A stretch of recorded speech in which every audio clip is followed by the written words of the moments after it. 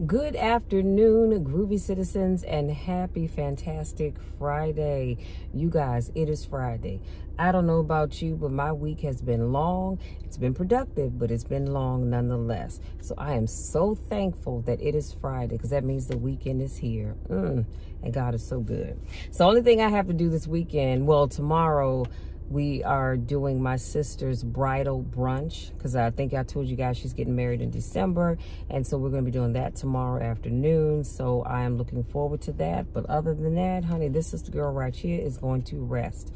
You hear me? I got 2 Christmas movies that I've not watched, so I need to watch those and just rest. That's what I plan on doing. So I hope you all have a very productive weekend. Now, before I jump into my video today, the other day I showed you all this eyeshadow palette, and it's by Huda Beauty, and it's the Ruby Obsessions. Well, today's eyeshadow, I guess you all can see that, this is by Huda as well, and this is the Mauve Obsessions. Love this palette.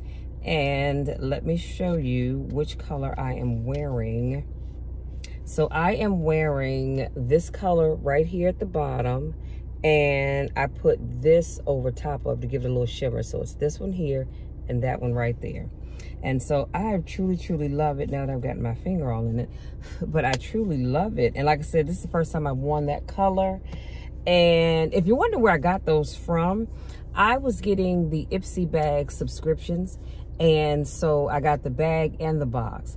And then I had to let it go for a while, because I was like, you know what, I'm not going anywhere. So I'm just collecting all this makeup. So now I'm trying to use it before I start my subscription again. But that's where it came from. And these, because they're full sizes, these came from the box subscription and 2 different orders. So let's jump into today's topic. Y'all, today's topic is, this is your time. When I tell you that I was just humming to myself as I was working on my notes, this is your time. So all the quotes that I'm going to share with you today are all by Bishop T.D. Jakes. This first one, he says, stop chasing people. Now I want y'all to listen to this, okay? Listen. He said, stop chasing people who are leaving. Stop chasing people who are offended. Stop chasing people who don't get it. Stop chasing people trying to get back in your life. People that God is trying to take out of your life. But here's the kicker. He said, let this be your last day. Y'all hear what I say? Let this be your last day of crying over people who walked away. Because all that left you could not. Now here it is. Here's the coup de grace, as my sister-in-law's father used to say, God rest his soul.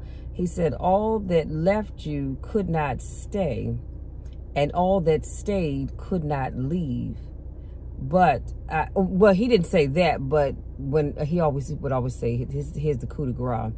So let me say it again, because this is too good. All that left you could not stay. Now let that marinate in your spirit for a minute. And all that stayed could not leave. He said, but I'm breaking the spirit of grief over your life. I need you to hear me, because for somebody, I am breaking the spirit of grief over your life by speaking this word to you today. He says you cannot live in your history. Come on now.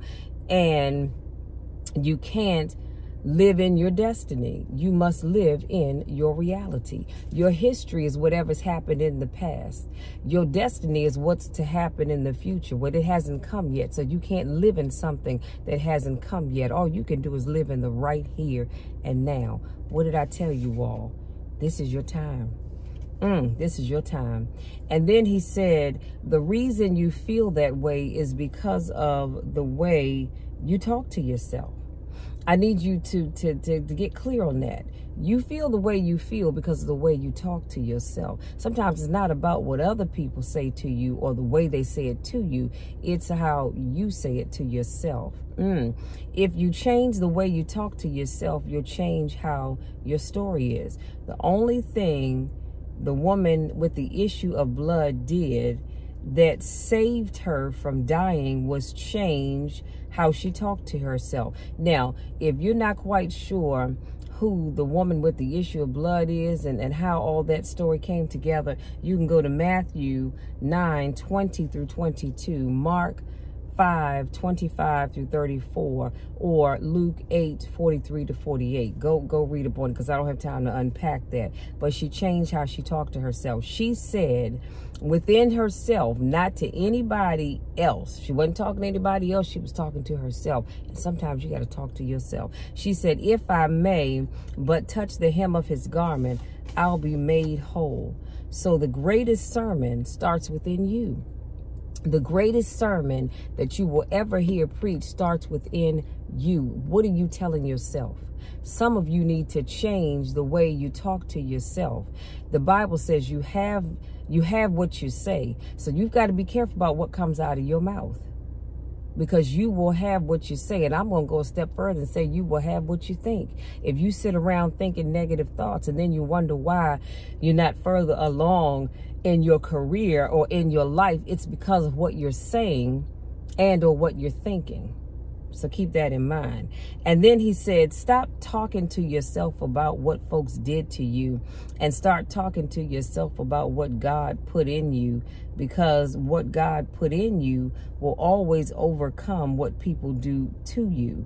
We give too much recognition, and too much of our tongue is spent talking about who threw us in the pit. He says you need to use your tongue to validate your gift and look yourself in the mirror and encourage yourself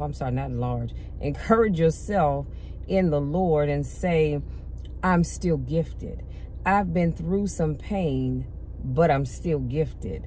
I've buried some loved ones, but I'm still gifted. I've had some setbacks. Oh, come on, somebody, but I'm still gifted. Do you understand? This is your time. You have to tell yourself that no matter what, you are still gifted. You are still here for a reason. You're not here because God didn't have anything else better to do with you. You are here because he's not finished with you. Your work here on this earth is not complete. So you need to start speaking life into yourself and stop speaking damnation and just not having anything in your life. Because again, you have what you say. And then he says, if you're not committed, you're not going to make it.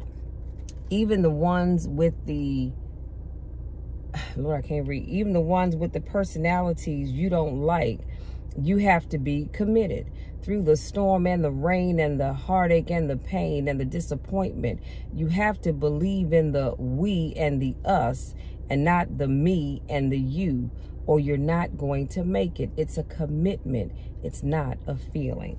So, y'all, I don't know who needed to hear this word today, but I need you to understand that this is your time.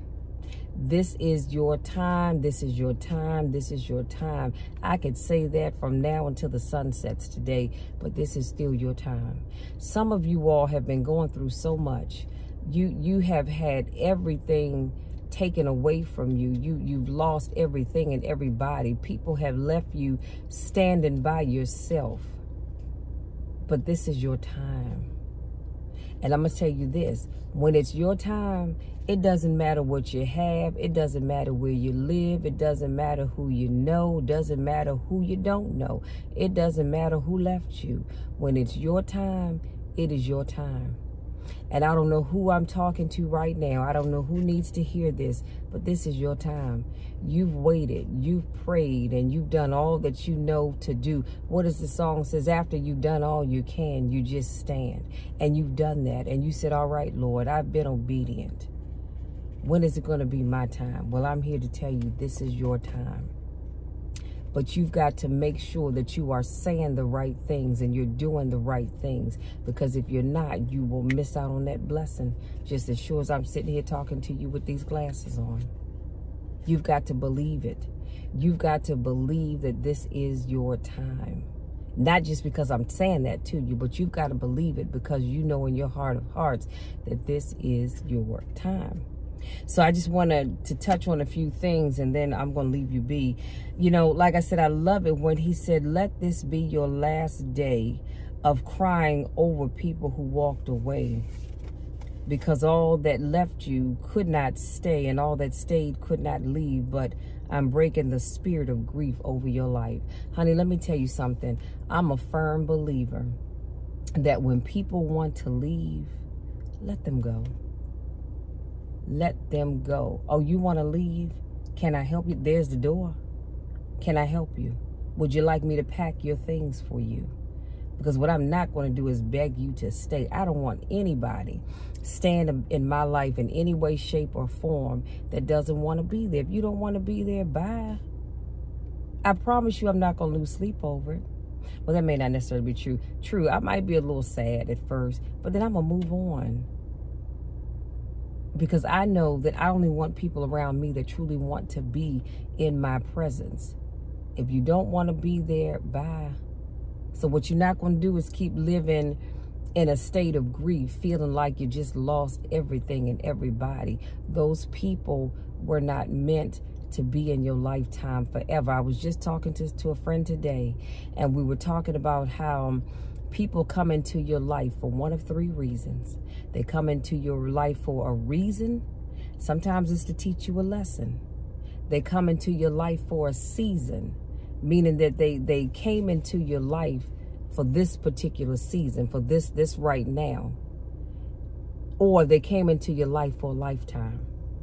And the problem is you get yourself in trouble when you try to keep those seasonal people or those folks that came into your life for a reason, when you try to keep them around for a lifetime and they weren't meant to be there for a lifetime.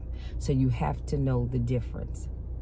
That's why if you leave my life, I'm probably not going to get too upset about it, because I just know that you weren't sent into my life to stay for a lifetime. You were either there for a reason or for a season, and your season has ended. The reason that you were there is over. I've learned what I needed to learn, so now it's time for either you to move on or for me to move on, or for both of us to go our separate ways. And that's all right. But y'all stop crying over them people that didn't want to stay. And then I love it when he says, if I may but, the woman with the issue of blood, she says, if I may but touch the hem of his garment, I'll be made whole. So the greatest sermon starts within you. What are you telling yourself? What are you thinking to yourself? That's where the problem starts. A lot of your downfall comes from what you're saying and thinking to yourself. So if you fix that, and honey, you on your way. You are sure enough on your way. But you can't be on your way if you keep downgrading yourself, if you keep beating yourself up, if you don't believe in yourself. How can you? Because you don't even believe that you can do better. And then, yeah, I think that was it. Oh, and then I love it when he says, if you're not committed, you're not going to make it. You know, you're just not.